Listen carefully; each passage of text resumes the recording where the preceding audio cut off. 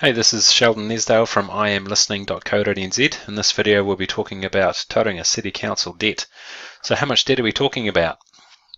In the long-term plan, which you can fetch for yourself off the Tauranga City Council website, so we're looking at forecasted debt of this period, this coming year, 2018-2019, of $540 million, and then sliding on the way up to almost $1 billion in 10 years' time.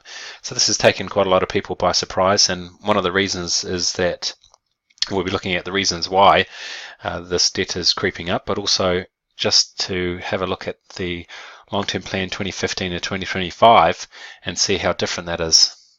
So here we are on the 2015-2025 one. So this current period that we're in, the debt was forecast to be at about 465,000, so already we're quite a bit above that. But the key thing is that it was coming to a peak and then kind of dropping away. So there's no cause for alarm there.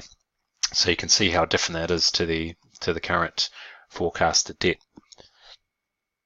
So what is debt? Well, rates pay for the operating budgets of the council, the day-to-day operations. That's what rates are for.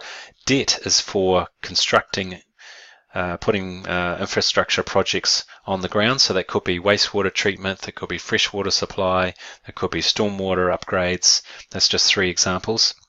And so the debt is taken on to spread the cost of those investments over future generations. So let's say a new suburb is being created.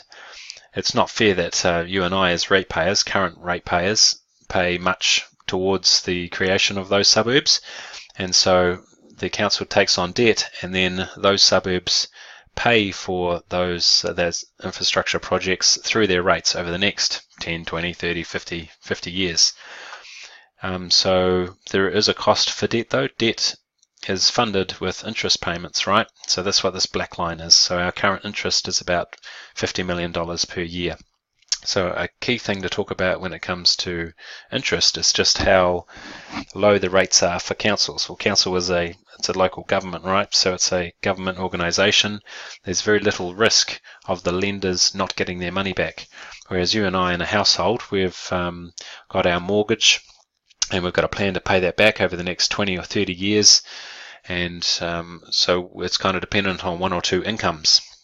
And so there is a risk there to the banks of us losing our jobs, and therefore we pay higher interest rates than councils do. So I guess that's one reason why we actually find these numbers quite scary, up to $1 billion debt. Our only concept of debt really is when it comes to our mortgages, and we have a plan to pay that off eventually, whereas councils might never pay it off because there'll always be new projects to fund, and we don't want to put the burden of that construction on today's ratepayers. Okay, so now let's take a look at why this debt is accumulating, what it's going to be used for. So that's also in the long-term plan under it's like page 7, so it's our biggest challenges. So there's 5 primary areas.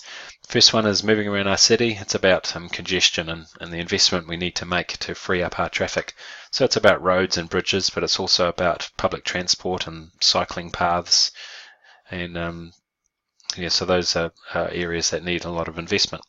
Number 2, resilience. So this is a real big one. This is about natural hazards. Being a coastal city, we're subject to the danger of sea level rise over the time. It might take 10 years, 50 years, 100 years, but it's something to be aware of, that some of our communities are at risk of that. Tsunamis, sometimes we get warnings from time to time about tsunamis, so that's a danger for us. And then we've got earthquakes. New Zealand is obviously an earthquake-prone country. Flooding events, severe weather events, and land slippage. We've seen lots of that recently as well. It just seems like these 1 in 100 year storms are just hitting us a lot more frequently than that. And so this whole section is about the council doing what it can to prepare us, make us more resilient to these natural disasters. Third one is about increased environmental standards. So this is a message that the New Zealand government and local governments really getting their heads around now and taking some action on. So it's about minimising our impact onto the environment and treating it as an asset. And Tauranga is a tourism kind of attraction. We've got beautiful natural landscapes, and that's one of the key reasons why you and I probably moved here, and so we're just going to make sure we look after it. Number 4, land supply and urban form. So there's two parts to that. There's the greenfield, the new suburbs, building of the new suburbs. So that's a big reason for our debt, because you and I as ratepayers today, we don't want to pay to establish new suburbs.